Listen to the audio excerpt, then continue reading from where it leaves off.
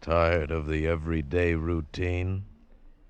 Ever dream of a life of romantic adventure? Want to get away from it all? We offer you Escape. Escape, designed to free you from the four walls of today for a half hour of high adventure. Escape, brought to you by the Richfield Oil Corporation of New York and the independent marketers of Richfield gasolines, motor oils, and other petroleum products. Look for the Richfield Eagle on the cream and blue pumps.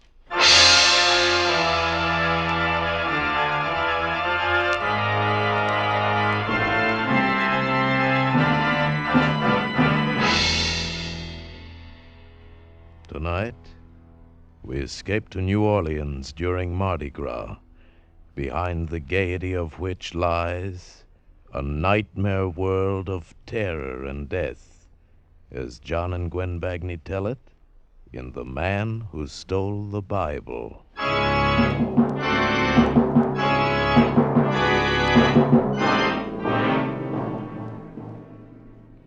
I didn't mean to steal the Bible. That wasn't my intention. Why, I'd never taken as much as a towel or an ashtray out of a hotel.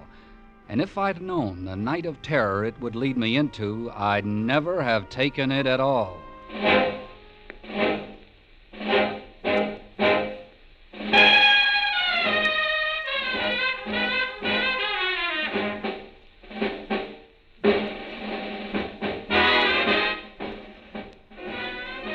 Mardi Gras, New Orleans, a gay time, a lot of laughs, if you're in on it.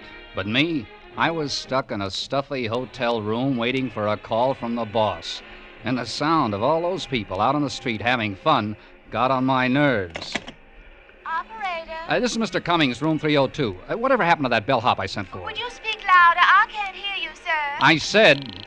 Just a minute. Operator. Operator! What was it you wanted? Look, I want a bellhop. I want him to bring me something to read, anything. You said half an hour ago he was on his way up. Hasn't he answered your call yet, Mr. Cummings? He has not. Well, I'm sorry, sir. The hotel is so crowded. The Mardi Gras, you know, it's almost impossible. Just a minute. Look, operator. Operator. Oh, nuts.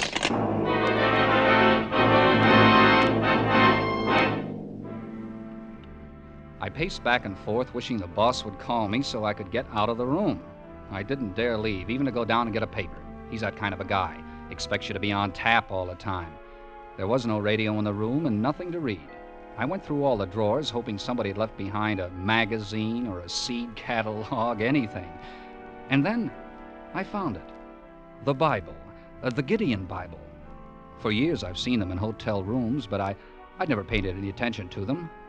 And now I opened the book. 1 Samuel, chapter 19. I lay down on the bed and I started to read.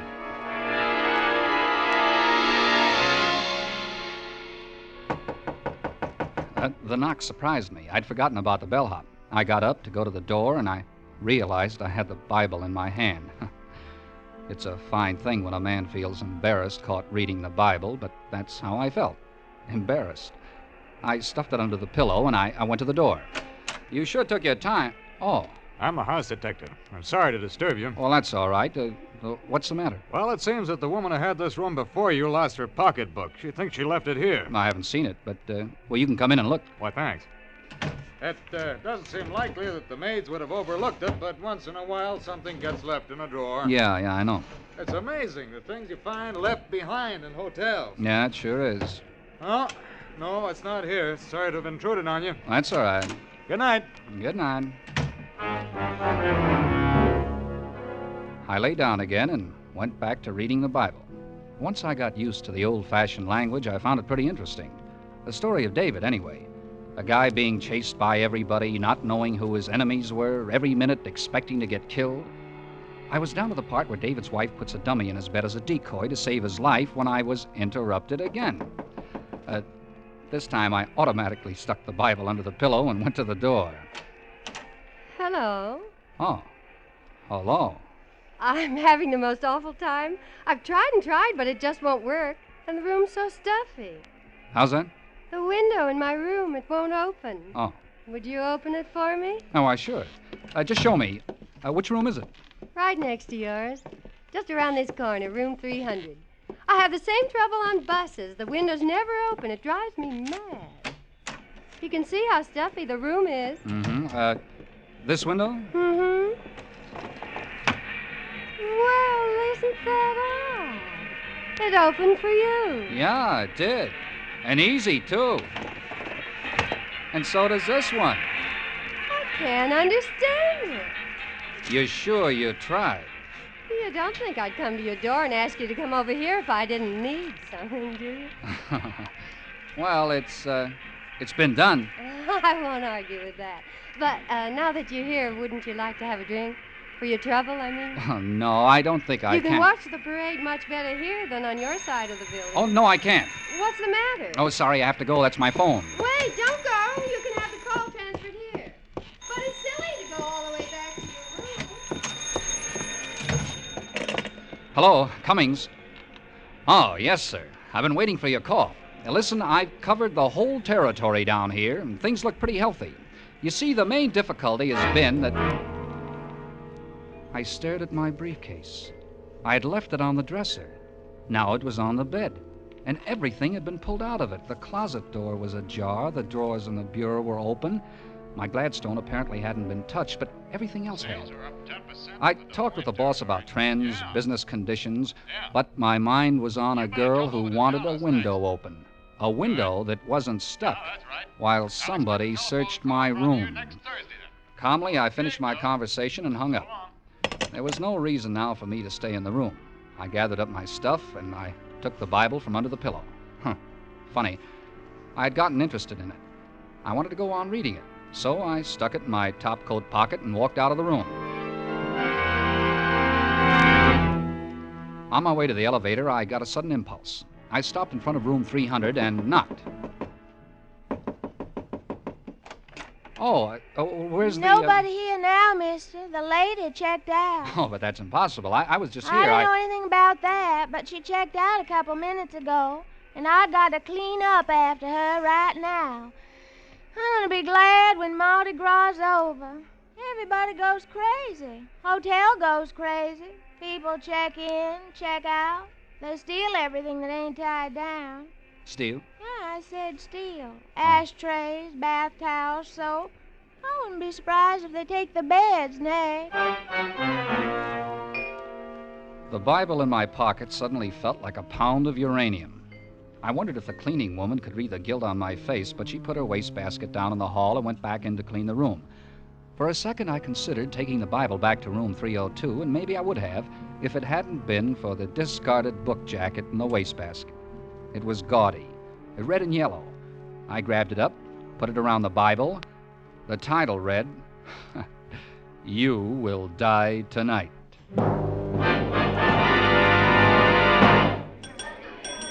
Front boy. Where are those bellboys? I swear I'll go out of my mind. Oh, checking out, Mr. Cummings. Mm-hmm. Now, let me see. You were in room...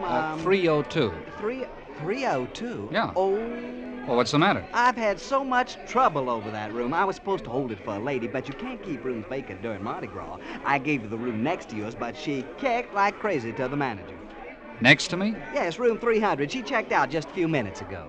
I don't know what this is all about, but there's something peculiar going on in room 302. Peculiar? I didn't mind the house detective coming in to look for the purse, but I didn't like having my stuff searched while I was out of the room. Searched? Yeah, I said searched. You say the house detective did that? He said the woman who had the room before me left a purse, and but he came... that's impossible. Well, what do you mean? A man had the room ahead of you. Oh, yes, I'm positive of it. Just a minute, I got the register right here. I'll take... Yes, a man, a Mr. Gregory. The house detective isn't on duty today, but when he comes in tomorrow, I'll tell him that... Not on duty? Well, then what was he doing in my room? Today? Of course, today, tonight. A tall guy with black hair. Oh, He there's came in some mistake, Mr. Cummings. Our house detective, Mr. St. Clair's his name, is short and bald, and he hadn't been in the hotel all day. He's homesick. It had the makings of an interesting little intrigue. But I left the mystery of room 302 with the room clerk and went to the cigar stand. It was 8 o'clock. My train wouldn't leave until midnight. Yes, sir, what'll it be? Cigarettes or cigars? Cigars. 3 Coronas. No, make it 6. Always like to sell cigars. Men don't smoke cigars like they used to. Cigarettes, that's the fashion today, but give me a good cigar every day. Sounds like somebody's having a good time. Oh, they all have a good time during the carnival. Say, I wonder where I could check my bag and briefcase for a little while. Oh, going to see the parade? Yeah, I thought I would. Mill around a little bit. I've got a couple hours to kill. Well, I'd be glad to keep it for you. I'm on duty till midnight. Oh, would you? Well, that's mighty nice of you. Oh, don't mind it at all. Mardi Gras is something to see. You shouldn't miss it. But you'll have more fun if you rent a costume. The hotel's got them for rent, you know. No, thanks. I'll go as I am.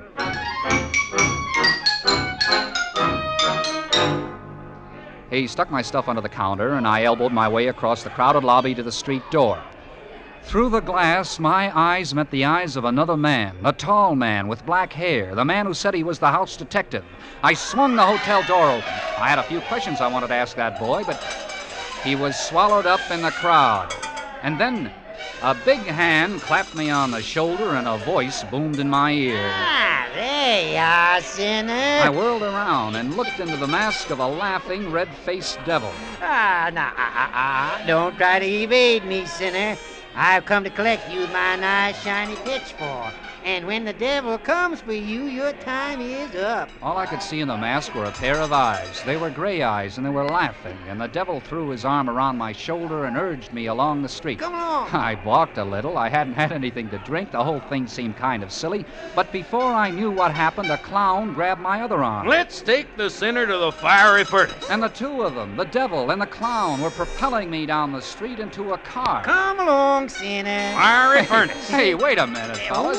Oh, the sinner is reluctant. Push him in, clown. Hey, now, look. Get in, sinner. Hey, you guys. Hey, let me out. Look, where are we going? All right. Let's have it. Have what? The Bible. The Bible you took out of room 302. The Bible? You're not drunk. Ah, don't waste time on him. Frisk him. Look, I don't know who you are, but you can't... He hasn't got it on him. What'd you do with it? Where is it? I told you. I haven't got it. Oh! That's to let you know we're not playing. Now let's take it again. Where's the Bible? I tell you, I haven't got it. I had it, but I guess I lost it. Lost it? Where'd you lose it? I don't know. Why, you... Don't do that, sinner. It's just as easy for me to pull this trigger as to look at you. But I'm telling you the truth. I haven't got it anymore. All right, you haven't got it. But you'll tell me where it is, you understand, if I have to carry you to find out. Hey, what are you stopping for? Well, can't you see? The crowd, I can't get through. Oh, come on, let's get moving. Get on out of here. Oh, what do you want me to do? Drive over him? Look, fellas, a shortcut. A bunch of revelers, drunk and out for beer, opened the back door of the car and started climbing over us. Nothing would stop them from weaving through. They thought it was fun, pushing and shoving each other. One of them fell, sprawled across the devil's lap, and they began to pile up. And suddenly I knew this was escape. I climbed out of the car. I ran blindly away from them. I saw a cab at an intersection. I ran out. I opened the door and... there he was, in the back seat. The phony house detective. I slammed the cab door and bolted across the street. There was a policeman on the corner directing traffic. I ran up to him. Hey, where do you think you're going? Hey, look, they're trying to kill me. You gotta help me. Kill you? Who's trying to kill you? The devil. He's after me. The devil, you say? Yeah, and the clown, too. Oh, not Mickey Mouse? No, I mean it. I'm serious. You're drunker than you look. I haven't had a drink, I tell you. They're trying to kill me. Why would they be doing that? Because they want the Bible. The Bible? Yeah, look, you see, I stole the Bible, and here they come now. Who? The devil and the clown across the street. You've got to get me out of this. You've got to stop them. They'll kill me. Yeah, sure. Now take it easy, young fella. Oh, there you are, sinner. Come on. What are you trying to do? Get us in trouble? Trouble? Sure. He's gonna miss the party. Look, it's all a trick. Don't listen to him. This young fella claims you're trying to kill him. Me? Oh, no, not me. But if he doesn't get to that party pretty soon, his wife will kill him. I haven't got a wife. There isn't any party. They're lying, I tell you. They're lying. Oh, now be good, boys. Go someplace else and settle your squabble. I gotta keep this traffic moving. Please, officer. Oh, Please. now you heard what the policeman said. Come on, sinner. Let go of me, officer. Oh, beat it now. Go on now, here. I demand to be arrested. I demand it. Go on now, I said. Now go on. Officer, you're a fool. I'm a... You're a fool. Wait, if it wasn't for this Mardi Gras, I'd run you in right now. And you won't arrest me? Okay, but remember, I didn't want to do it. Oh. That does it. Striking an officer. All right, fella. You're under arrest.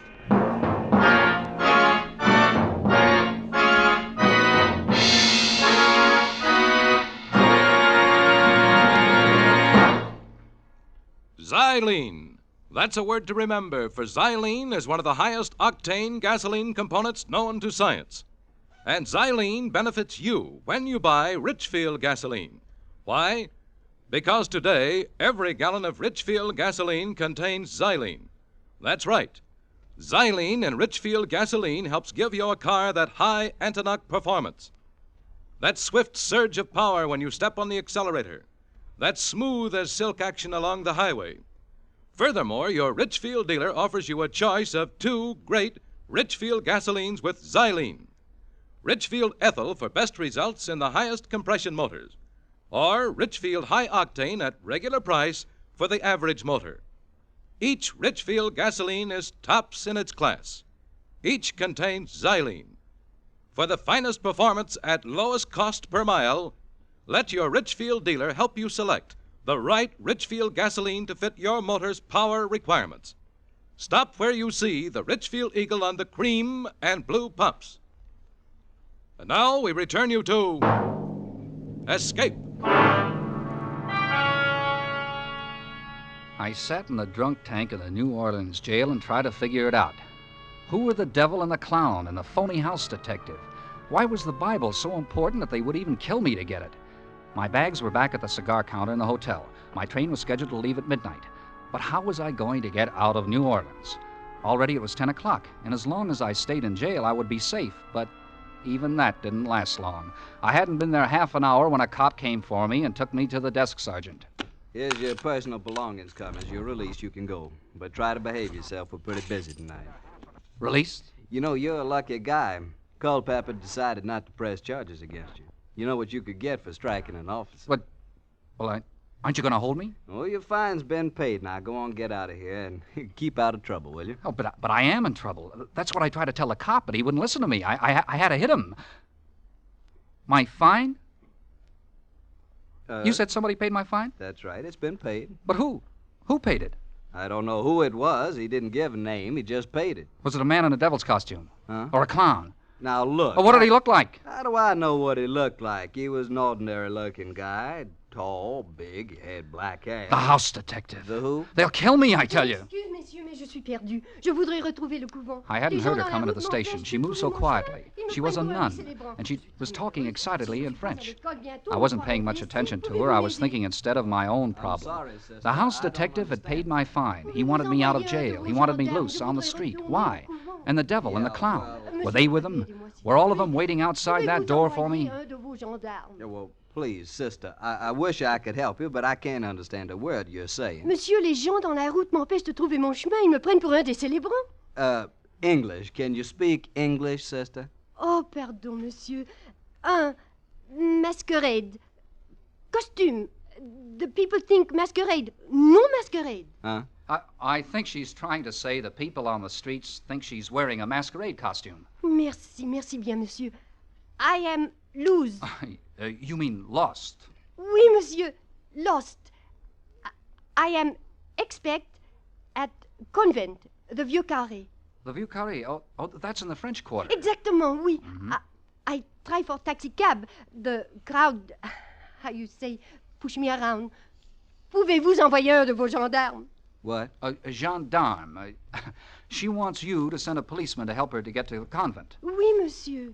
I'm sorry, sister. I'd be glad to, but I don't have anybody in right now. If you don't mind sticking around for a while, I'd be very... Sticking around? The sergeant, the he says he's sorry. If you will wait, there is no one available right now to help you. Wait a minute.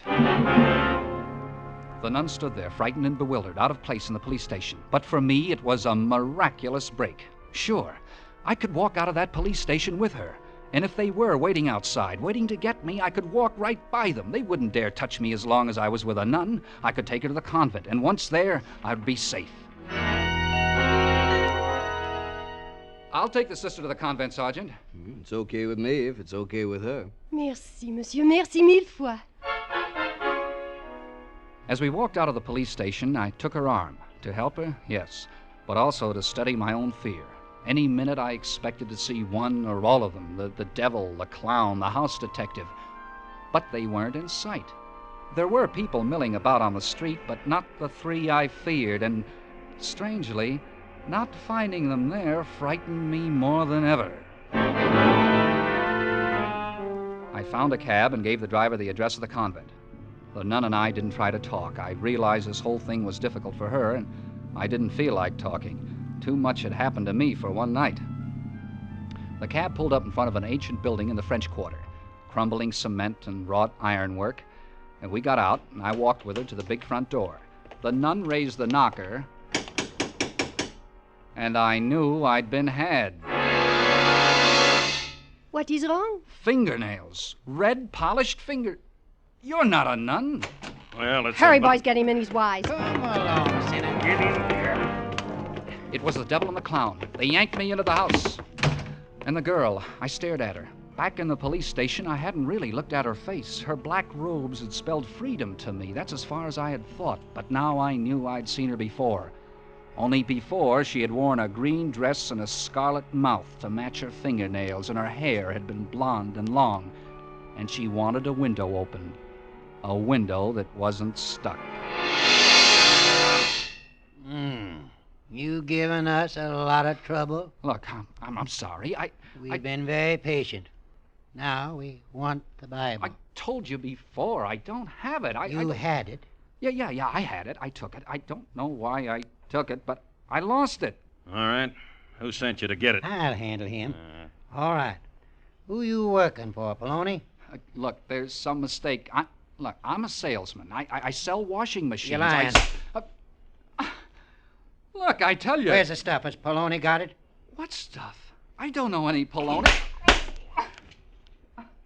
What are you slapping me around for? That won't get you any points. Own it? Oh. Let me talk to him. Look, if you're lying for Poloni... Who's Poloni? I don't know any Poloni. Poloni wouldn't take a beating for you. Oh, look, I tell you... Whatever he's paying you, we'll pay you more. We'll pay him nothing.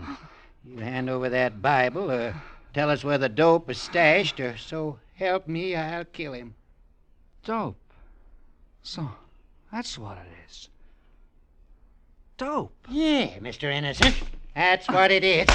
Dope. Stop it. You kill him, we'll never find it. Listen to me. What's your name? Cummings. You work for Poloni, Cummings. Oh. Nobody but Poloni knows about that Bible. No. You came to hijack the stuff. No, I tell you, I don't know Poloni. Stop lying. Poloni knew our carrier was hot, that he had to drop the stuff somewhere in New Orleans. Oh, you're wasting time, baby. I'll make him talk. You going to talk? I don't... You want the butt of this gun right across your face? Look, you've got to believe me,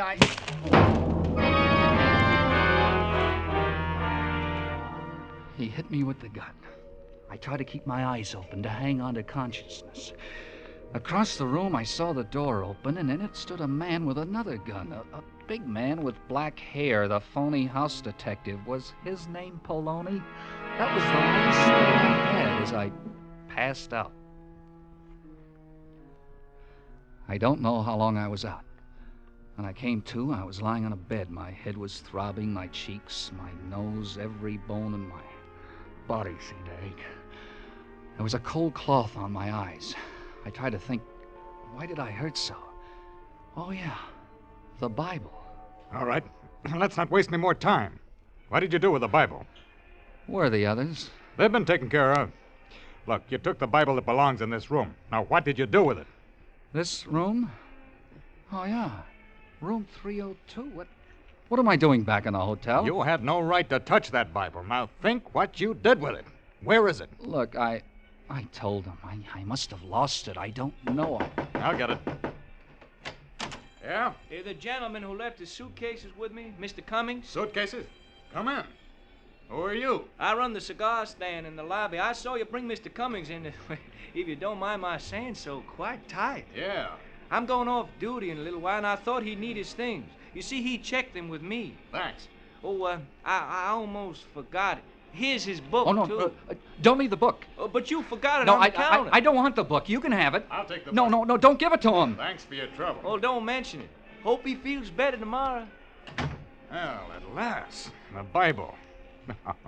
You will die tonight. Look, Poloni, I didn't know. I swear, I Poloni? just took it.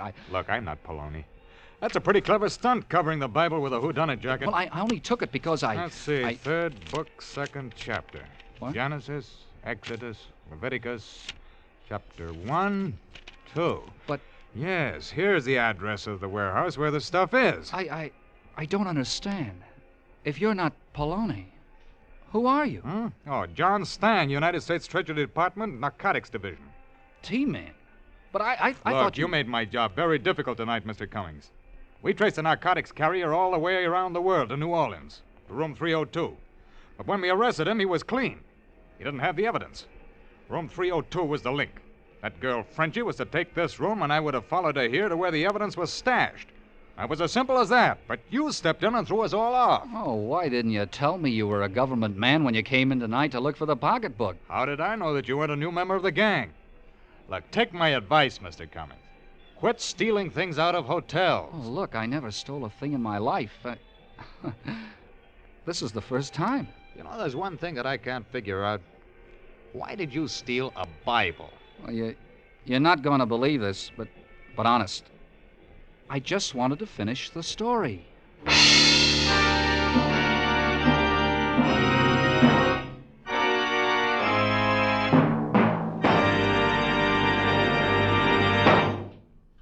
Attention, baseball fans.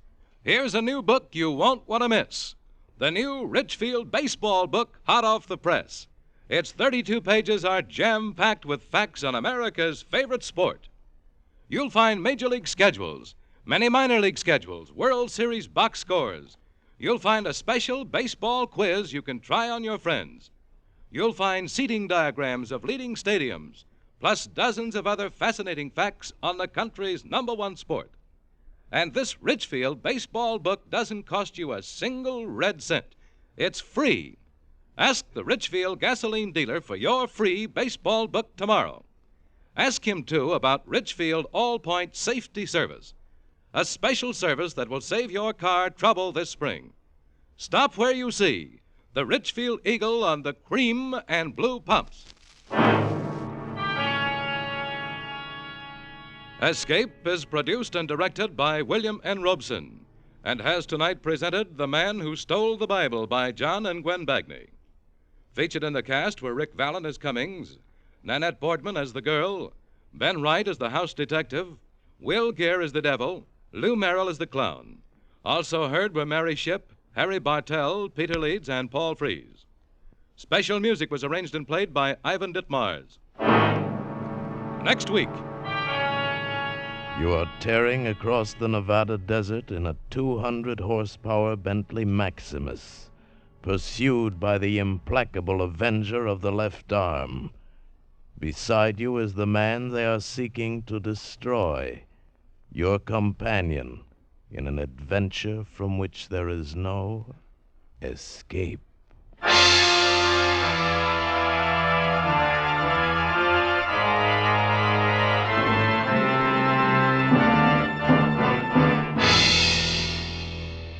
Next week at this time, the Richfield Oil Corporation of New York invites you to escape with the story of a foreign spy who sought to renounce the left arm and become once again an American citizen.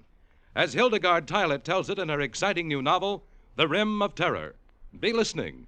Goodbye then until this same time next week, when once again we offer you Escape.